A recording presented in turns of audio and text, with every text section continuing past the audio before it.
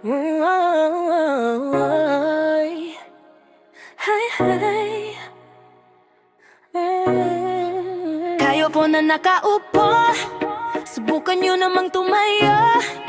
At baka matanaw na nyo ang tunay na kalagayan ko.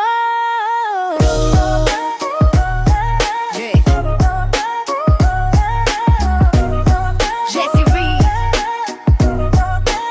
At hindi to kasi yan tao po, nandyan po ba kayo sa loob ng malaking bahay at malawak na bakuran? Mataas na pader, pinapaligiran at nakapilang mga mamahaling sasakyan. Mga bantay na laging bulong ng bulong, wala namang kasal pero marami ang nakabarong. Lumakas man ang ulan ay walang butas ang bubong. Mga plato at kutsara na hindi kilala. Ang tutong at ang kanin ay simputi ng gatas na nasa kahon. At kahit na hindi pasko sa lamesa ay may hamon. Ang sarap sigurong manirahan sa bahay na ganyan. Sabi pa nila ay dito mo rin matatagpuan ang tao na nagmamay-ari ng isang upuan na pag may pagkakatao'y pinag-aagawan. Kaya naman hindi niya pinakakawalan. Kung makikita ko lamang siya ay aking sisigawan. Kayo po na nakaupo, subukan nyo namang tumayo. At baka matanaw na nyo ang tunay na kalagayan ko. Kayo po na nakaupo, subukan nyo namang tumayo.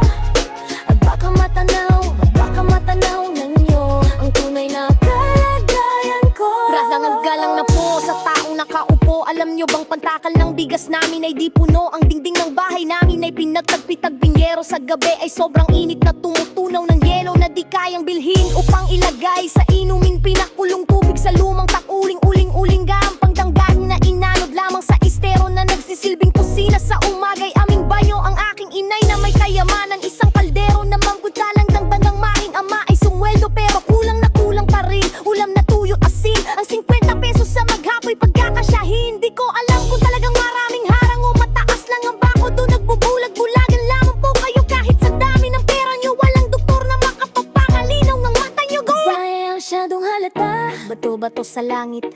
Ang matama ay wag magalit. O bato-bato sa langit, ang matamaan ay wag masyadong halata.